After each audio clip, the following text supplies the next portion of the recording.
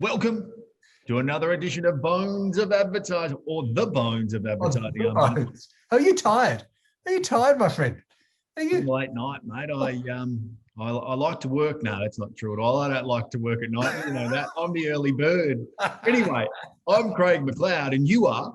Oh no, I am tired. I'm exhausted. I'm exhausted because I was doing a similar thing. I'm a what do they call them? A lark. I'm an early riser. I like doing my best work in the early hours of the morning before the sun, before the sun gives idiots their superpowers and they start bombarding me with bloody requests. Yeah. I like just quietly just going about my business and organizing myself.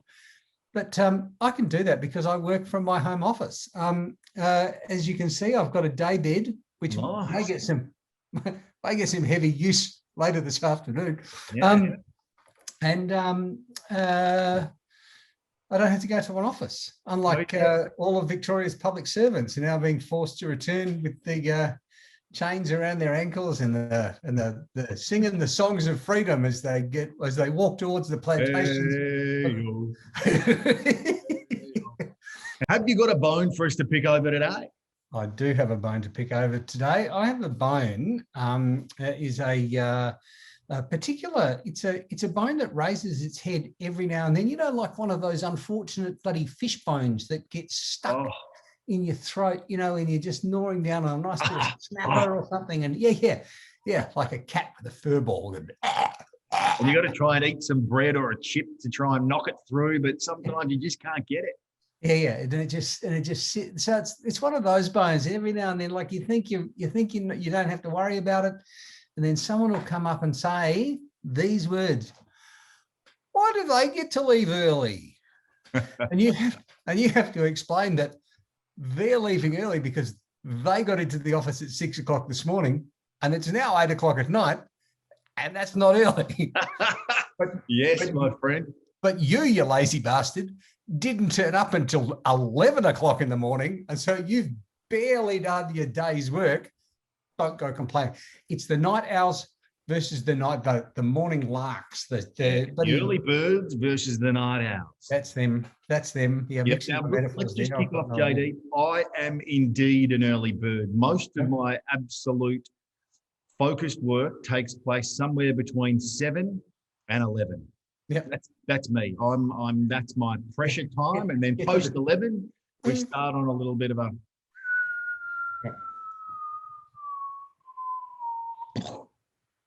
Yeah, definitely. I definitely don't do numbers or figures after 3 o'clock. There's no calculating. There's no finance. Nothing done after 3 o'clock. Yeah. I'm the same. I've got myself done, but no money things done. Let's just say that. I absolutely agree. I find myself confidently sending off documents at 9 o'clock at night, only to get an email from the client at 11 o'clock the next morning saying, "There's a couple of typos in here, and I wouldn't mind just getting them kind of fixed." "Oh, really? What typos?" "Just in the headline. Our name is not State Banak. It's." Yes, mate. I know that never happened, but I do know the story. Oh, true story. It almost appeared in the Adelaide Advertiser. Oh, I love it. State Banak, brought to you by JD. I love it. That's brilliant. So, yeah, we do have that very different way of working as human beings. There are those who seem to do their most brilliant work post midday all the way through to midnight and even beyond. There are those who can kind of really crack it from 8 o'clock until 2 in the morning, which I'm stacking Z's so soundly by then. There is no goodness coming out of me whatsoever, but there are those who do it really well.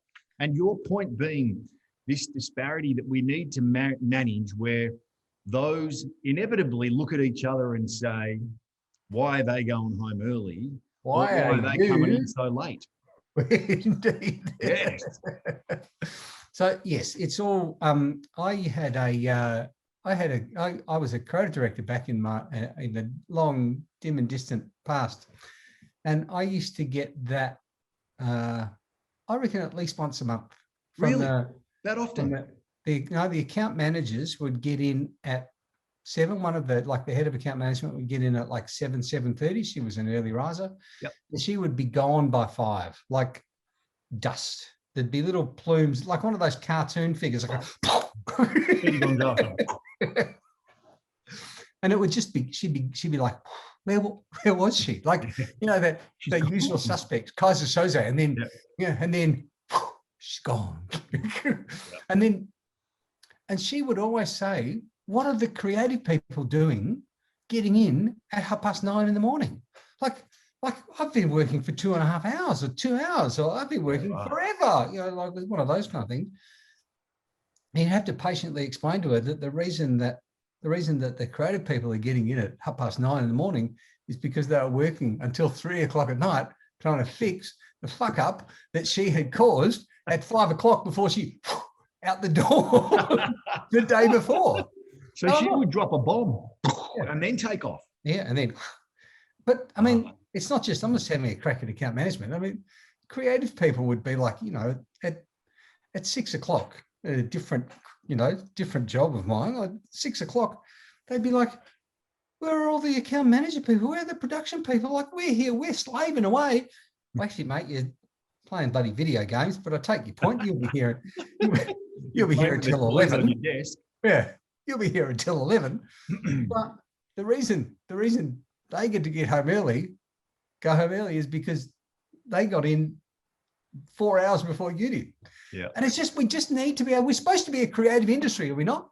We're supposed to be the industry that comes up with new and innovative ways of helping people understand old and boring problems. Yeah. And if the oldest and most boring problem is, why do they get to go home early? Like, why can't we all just kumbaya it and figure a way of working where everyone's happy? I've got a question for you. So we've both been in this space for a long time.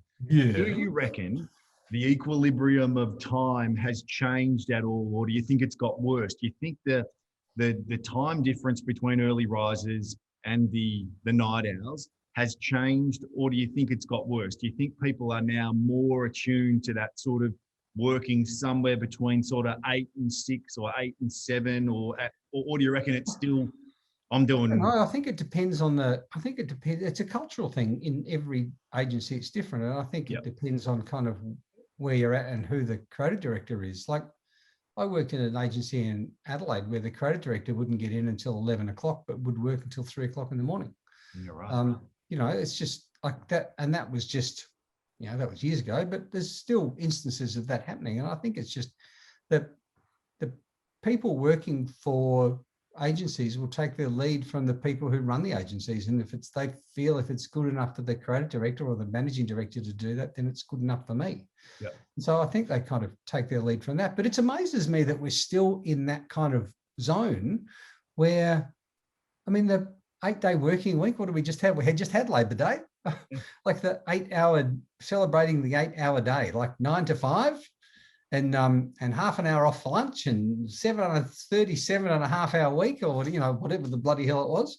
38. And yeah, but people still kind of take their measure of whether they're getting a good deal by, is it roughly kind of 8:30 to 6 o'clock? Yeah, I reckon 8:30 to 5:30. No. I reckon COVID also has illustrated with a lot of focus the potential for that day to be managed across a longer period of time, where within those hours of the day, it's become acceptable to do other elements of your daily life interspersed with work, which I think has really elevated people's perception of the job and also work-life balance. I really feel that they've got a much better balance working from home. Now, as we were talking about before, we've got a lot of the public service all sort of marching to the one beat, all being sort of commanded to come back to the office. Whereas I think private business won't look at it with a real directive to come back, because I think they're finding that they're getting not only employees that are feeling like they've got a better work-life balance, but they're also getting better productivity because of that work-life balance. You know, not having that commute, not getting on public transport, not sitting in traffic, being able to, you know, do a couple of those tasks around the house during the day while still, turning on emails or, whatever, turning out emails or whatever it is that needs to be done. I think it'd be really interesting to see whether the shift of this whole focused time and being, in at some time and the creative director at another time, or whether that's kind of all just merged into this process of things just getting done. Yeah. I think that has allowed people to kind of work to their own drum, and people are kind of starting to measure performance on outcome rather than like being in an office. It goes back to that. I think offices are great for managing people, for managers. They get to go up to people and say, "Where's that thing? What time? Do you realize what the time is? Where are you? What are you doing?" Like it's that kind of, and it's really good for efficiencies and measuring efficiencies. But I think in some instances, creative type endeavors, you need to be able to lock yourself away sometimes and not be disturbed. And it's very hard in an open plan office to lock yourself away, I think. But we're supposed to be the creative ones, and here we are. Here we are. It's a very rich and dull argument that we're having this morning. Well, we're both on exactly the same page, I think, with this particular argument, JD. But I think it's one that was well worth considering and one well worth looking at. So for me, is that another edition of the bones of advertising? Yeah, I may just go back to bed, I think. Yeah, you know what? I'm full, I'm bright-eyed and bunny-tailed, and I'm going to get on with a couple of things right now. Don't go changing. I'll see you next week. All right, you too, mate. Cheers. Cheers.